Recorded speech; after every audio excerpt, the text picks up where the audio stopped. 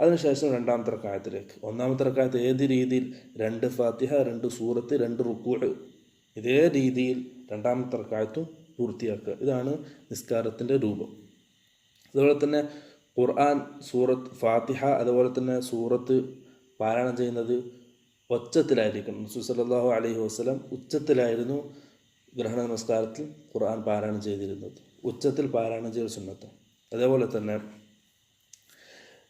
ജമാഅത്തായിട്ട് പള്ളിയിൽ വെച്ച് ജമാഅത്തായിട്ട് നമസ്കരിക്കുമ്പോൾ നിസ്കാരത്തിന് ശേഷം ഖുതുബ റസൂൽ സല്ലല്ലാഹു അലൈഹി വസല്ലം സുന്നത്താക്കിയിട്ടുണ്ട്. റസൂൽ സല്ലല്ലാഹു അലൈഹി വസല്ലം നിസ്കാരത്തിന് ശേഷം മിമ്പറിൽ കയറി ഇരുന്ന് സഹാബത്തിന് അള്ളാഹുവിൻ്റെ ശിക്ഷയെ സംബന്ധിച്ചുള്ള മുന്നറിയിപ്പുകളും താക്കീതുകളും നൽകിയിട്ടുണ്ട്.